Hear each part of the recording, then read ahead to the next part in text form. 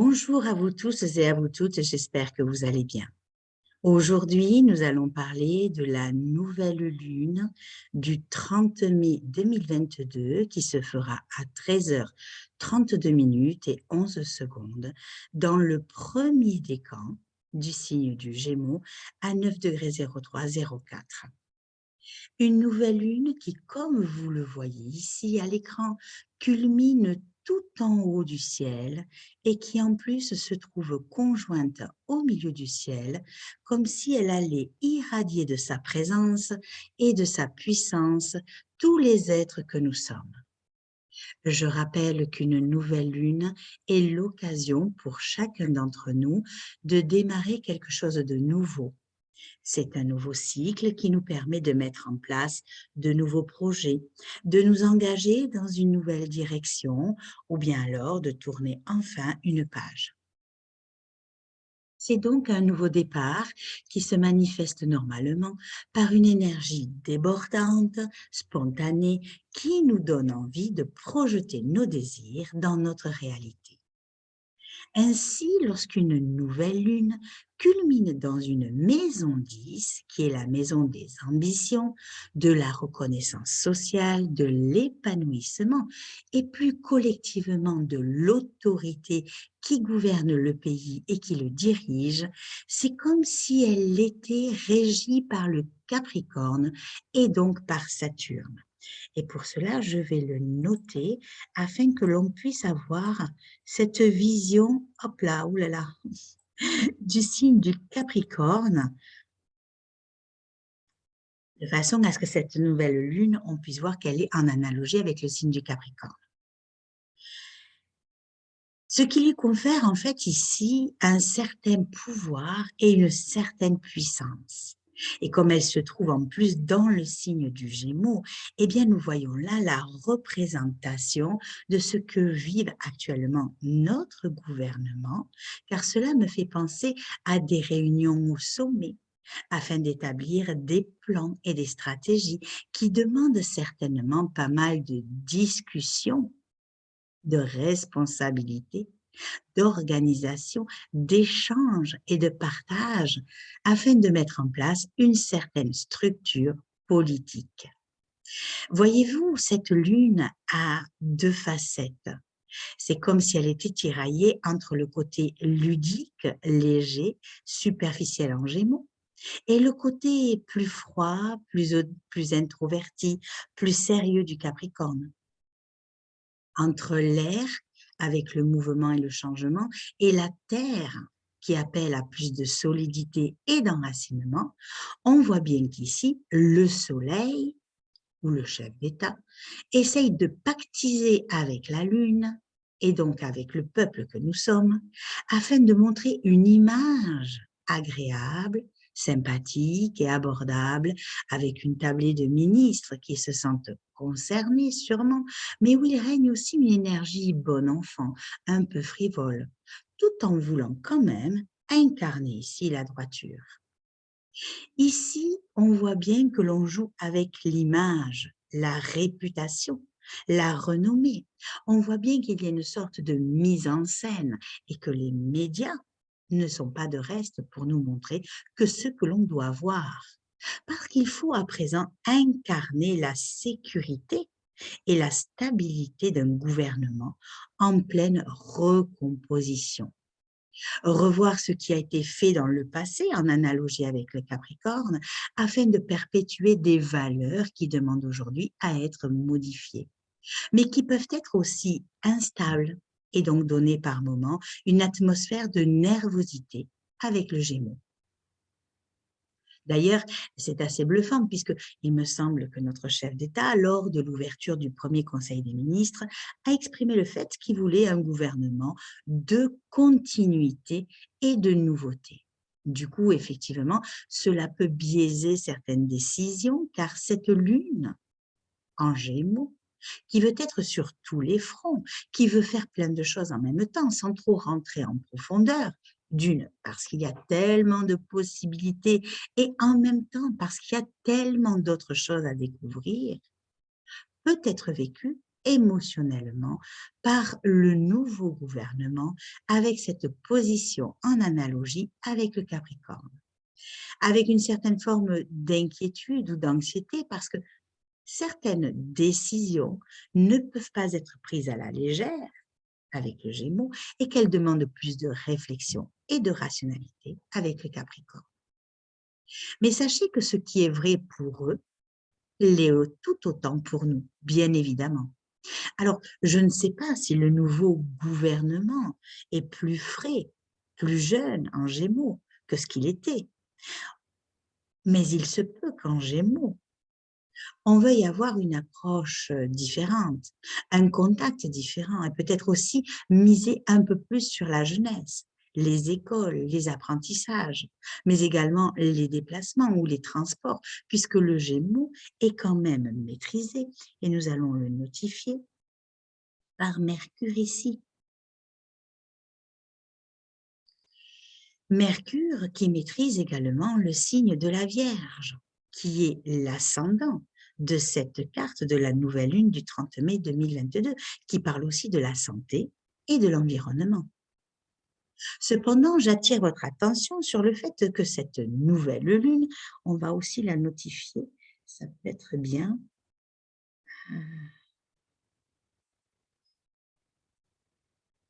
Voilà. Donc, j'attire vraiment votre attention sur cette nouvelle lune du 30 mai 2022, à savoir qu'elle ne fait aucun aspect à proprement parler avec d'autres planètes, si ce n'est cette conjonction Soleil-Lune que l'on est en train d'interpréter. Je dis bien à proprement parler parce qu'il en existe une que je vous montrerai dans quelques instants. Mais pour l'instant, lorsque nous avons comme ça des planètes ou des luminaires qui sont isolés, c'est-à-dire qui ne forment aucun aspect avec d'autres planètes, cela suggère qu'elles sont libres d'être et d'exprimer ce qu'elles ont envie d'être. Cependant, du fait qu'elles n'ont pas de direction vers quoi aller, elles sont donc libres d'exprimer autant le meilleur d'elles-mêmes que l'inverse. Cela suggère donc qu'il se dégage de cette configuration une grande force ou une grande puissance dont chacun d'entre nous pouvons tirer parti et pouvons bénéficier dans les domaines où Soleil et Lune transitent dans votre thème, mais surtout qu'elle nous enseigne la maîtrise de soi et des énergies. Ce qui veut dire qu'ici, et d'un point de vue plus personnel, mais aussi collectif, chacun peut amplifier son magnétisme, ses émotions, ses atouts autant que ses défauts. Mais que ce qui est particulièrement intéressant, c'est que justement, comme elles n'ont pas de direction donnée d'avance, ni à se confronter ou à se coquiner avec d'autres planètes, c'est comme si nous avions entre les mains une grosse boule de feu avec tellement de possibilités et d'ouverture que finalement, on ne sache pas vraiment comment s'en servir et que l'on risque de ne pas utiliser ces énergies à sa juste valeur ou carrément de passer à côté par peur ou par négligence. En fait, c'est comme si nous devions comprendre les atouts d'une telle configuration pour se l'approprier et l'utiliser à bon escient. Ce qui veut dire qu'ici, vous pouvez ressortir enrichi de cette nouvelle lune qui vous donne libre accès à votre intuition, à une certaine finesse d'esprit, à l'apprentissage, à la connaissance, à la communication intuitive, au savoir, aux découvertes, à la curiosité dans les domaines où cette nouvelle lune transite dans votre thème. En fait, c'est comme si vous deviez devenir cet alchimiste averti qui a pris conscience qu'il pouvait, pendant cette nouvelle lune, maîtriser les énergies à son avantage pour en faire quelque chose de transcendant.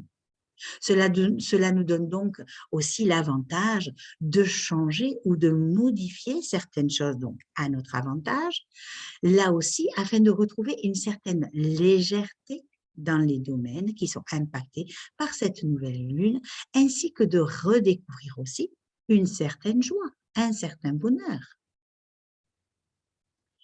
Et voyez-vous, l'aspect qui n'est pas notifié sur cette carte est un sextile à Mars. Alors, je vais vous le notifier.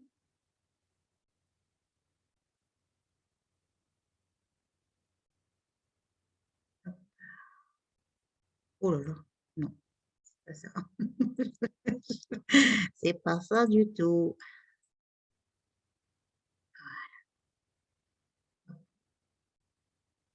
Voilà. Cette nouvelle lune, donc, est en aspect, en sextile à Mars et à Jupiter, avec une orbe à peu près de 5-6 degrés entre les deux. Comme si en arrière-fond, le fait qu'elle ne soit pas notifiée, c'est comme si en arrière-fond, nous étions dynamisés par cette conjonction Mars-Jupiter, qui du coup rend la nouvelle lune très dynamique, entreprenante, pleine de surprises et d'envie de foncer, de mettre aussi en place peut-être des projets et des objectifs personnels.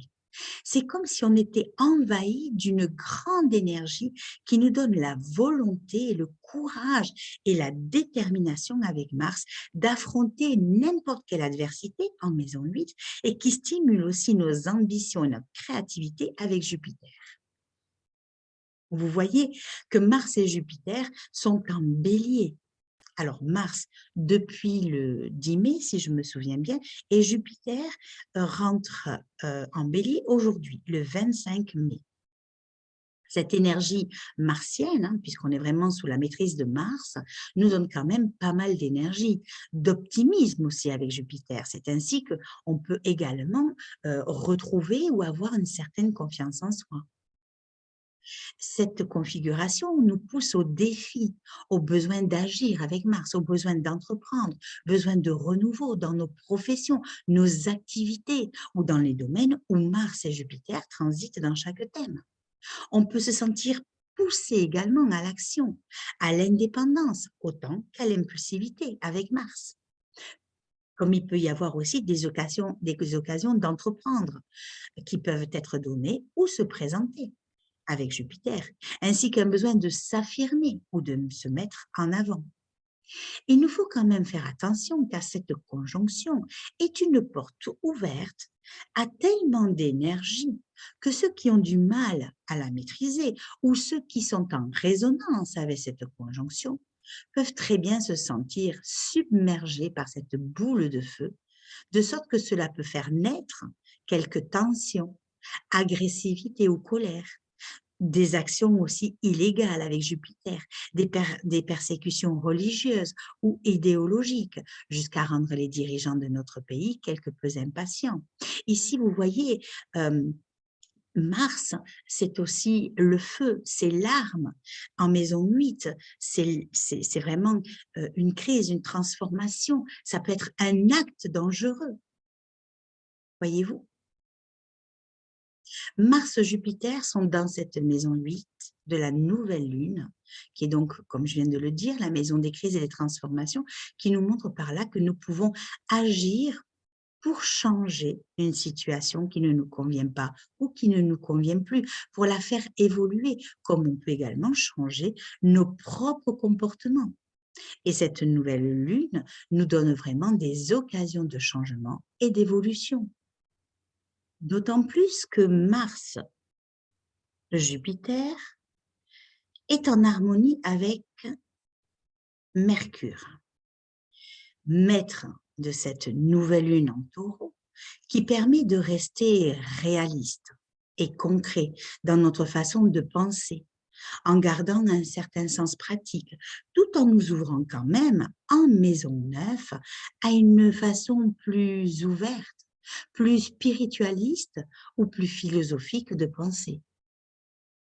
Et nous avons aussi un aspect à Pluton qui nous permet ici de transformer, de rénover, de dépoussiérer certains aspects de notre vie, d'aller au fond des choses, ce qui peut faciliter la réussite de certaines de nos actions avec Mars. Pour revenir à Mercure, et comme vous le savez déjà, il a amorcé sa rétrogradation le 10 mai. Alors, je vais ici le notifier.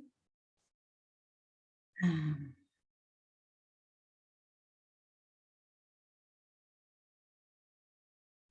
petit R à côté qui symbolise la rétrogradation de Mercure.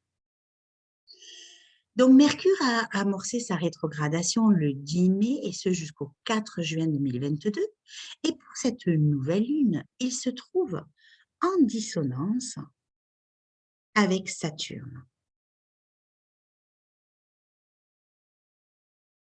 que l'on voit ici. Et ce, jusqu'au 18 juin, ce qui risque quand même, et pour certains, de limiter et de retarder tout ce qui a trait au déplacement, aux réflexions, aux échanges, aux transactions, mais peut éventuellement aussi nous empêcher d'avoir une communication normale, comme nous rendre confus, indécis, distants, parfois pessimistes, surtout dans notre travail, notre environnement, notre quotidien, puisque nous sommes quand même dans la maison 6. Comme si une part de nous avait du mal à bien structurer avec Saturne les choses. Cela peut éventuellement compliquer les relations professionnelles qui peuvent être enfermées dans certaines habitudes ou dans une certaine façon de penser. C'est aussi, et nous ne devons pas l'oublier, une presse qui peut être contrôlée et qui peut donner des informations erronées ou fausses, peut-être même de mauvaises nouvelles avec Saturne. Il peut également être plus judicieux pour certains de revoir leur façon de travailler afin que cela ne se répercute pas sur leur santé, puisque nous sommes dans la maison 6, car il peut y avoir ici des peurs, des inquiétudes ou des insatisfactions qui pourraient refaire surface. Mercure redeviendra direct le 3 juin, ici, voilà, le 3 juin, alors que Saturne, lui, commencera à amorcer sa rétrogradation le 5 juin. Il nous faudra, à partir de là, commencer à nous redéfinir dans les domaines où Saturne rétrograde dans chaque thème. On en reparlera certainement dans une autre vidéo, mais pour l'instant, nous pourrions bien être confrontés à ce moment-là, à nos limitations, à nos frustrations ou à nos rigidités intérieures qui seront certainement testées et que nous devrons réexaminer afin de les transformer à qui nous sommes réellement. Alors peut-être qu'il serait bon de nous appuyer sur le trigone Mercure-Pluton pendant cette nouvelle lune du 30 mai 2022, parce qu'ici, il peut nous aider à analyser, à comprendre tout ce qui nous entoure. Mais surtout parce qu'il peut nous aider à réformer et à transformer aussi bien nos relations que notre communication et notre affirmation ou expression de soi. C'est également en harmonie avec Neptune, que nous voyons ici. Hop.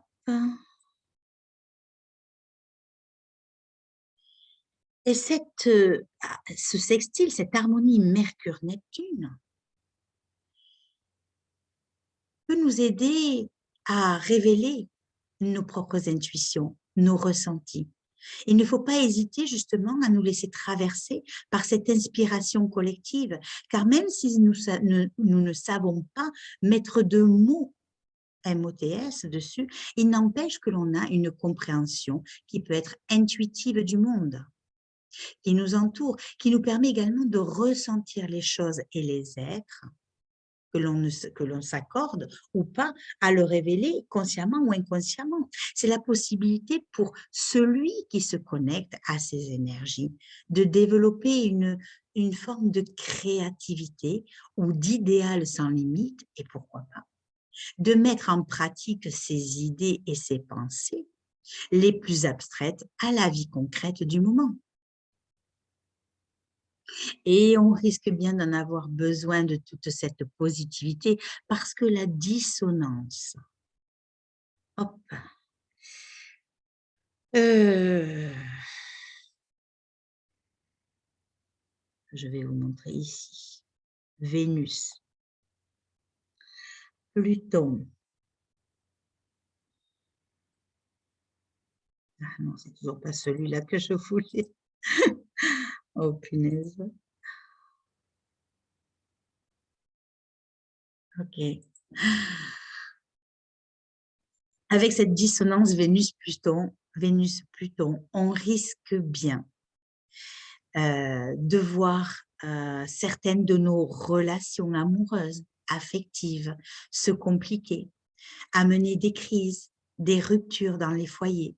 Ce sera alors le moment peut-être idéal de transformer notre vie relationnelle, amoureuse ou affective, en nous ouvrant vraiment à une conception de l'amour différente, tout en cherchant à élever notre âme, puisque cette Vénus transite cette maison neuve.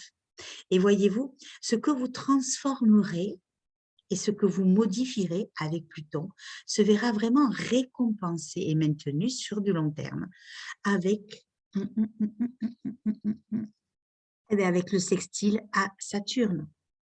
Je vais le retracer parce qu'on ne le voit pas très bien. Hop. Voilà.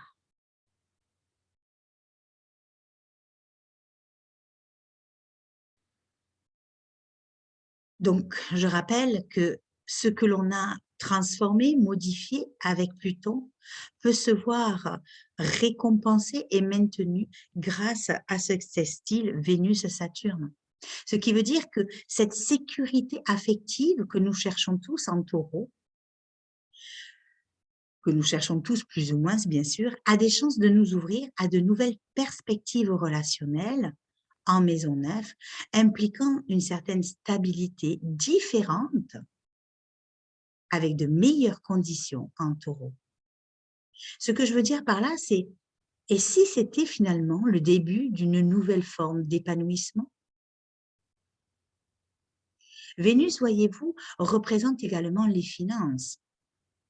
Ce qui veut dire que c'est en changeant notre relation à l'argent, en transformant nos attentes et nos convictions, que ce soit avec Pluton, mais que l'on peut aussi appliquer avec Saturne, la plupart d'entre nous pourront, avec cet aspect-là, consolider notre situation financière. Peut-être en se perfectionnant dans quelque chose qu'il nous faudra construire, voire structurer différemment, puisqu'ici nous sommes dans la maison 6, dans quelque chose de plus adapté à notre évolution, tout en faisant preuve aussi de discipline et de réalisme avec Saturne. Donc la question ici à se poser, c'est êtes-vous prêt à relever vos manches? Et enfin, pour finir, alors, nous avons ici, et ce n'est pas notifié, donc je vais le rajouter, nous avons ici le nœud nord qui est pris en sandwich entre Mercure et Uranus. Uranus qui est d'ailleurs toujours en toile de fond. Je ne sais pas s'il est notifié ici, pas du tout, donc je vais le rajouter, qui est toujours aux prises avec Saturne. Mais il est en toile de fond et cet aspect ne devrait pas trop nous toucher, en tout cas pour l'instant. Ce qui suggère que il nous faut passer ici par une nouvelle forme de communication avec Mercure, apprendre à mieux réfléchir ou à mieux nous exprimer, être plus conscient, trouver les mots justes, s'exprimer davantage, développer une souplesse de raisonnement, être plus empathique ou attentionné. Parce que c'est en ayant une communication de cœur que nous pourrons libérer grâce à Uranus certains attachements devenus obsolètes, retrouver une certaine sécurité intérieure et pourquoi pas aller vers un éveil de conscience plus en accord avec notre âme, en maison neuve. Et donc, il s'agit en fait de s'ouvrir à une dimension beaucoup plus large, pardon, développer notre originalité, ces planètes avec Uranus, notre spécificité, tout en acceptant de mettre plus de spiritualité dans nos vies. C'est une opportunité d'évoluer et et d'ouvrir notre conscience sur certains aspects de nos vies, tout en vivant notre potentiel créateur, celui que l'on porte tous au fond de nous-mêmes. Alors, tout le monde sera touché par cette nouvelle lune en Gémeaux, mais plus particulièrement les premiers décans de tous les signes d'air, Gémeaux, Balance et Verseau, qui devraient vivre cette nouvelle lune assez positivement et selon le thème de tout un chacun, bien évidemment. Mais le vivront aussi bien tous les premiers décans qui sont en harmonie avec cette nouvelle lune, comme les lions, les béliers, les taureaux et les cancers. Cela pourrait être un peu plus compliqué, voire un peu plus agité pour les premiers décans vierges, poissons, scorpions, capricornes et sagittaires, ainsi que tous ceux qui ont des planètes ou des maisons qui sont en aspect à cette nouvelle lune. Je vous souhaite à tous et à toutes une excellente nouvelle lune du 30 mai 2022 qui est quand même beaucoup plus légère, plus dynamique et qui ne devrait pas hésiter à venir booster en chacun de nous ce que l'on porte tous de plus cher à l'intérieur de nous. Si vous avez aimé cette vidéo, n'hésitez pas à la partager, à la liker, à la commenter, à vous abonner à la chaîne YouTube si ce n'est pas déjà fait en activant en haut la petite clochette pour ne rien rater des nouveautés. Retrouvez en dessous de la vidéo tous les liens concernant les lectures d'âme dans les vies antérieures, les analyses astrologiques, thème natal, révolution solaire ou même les formations en astrologie. N'hésitez pas non plus à aller faire un tour sur le site de ressourcea.net pour découvrir tout ce que je propose. Je vous remercie pour votre confiance, votre intérêt pour mes capsules astrologiques, pour vos likes, vos partages et vos commentaires. Et moi, je vous dis à très bientôt.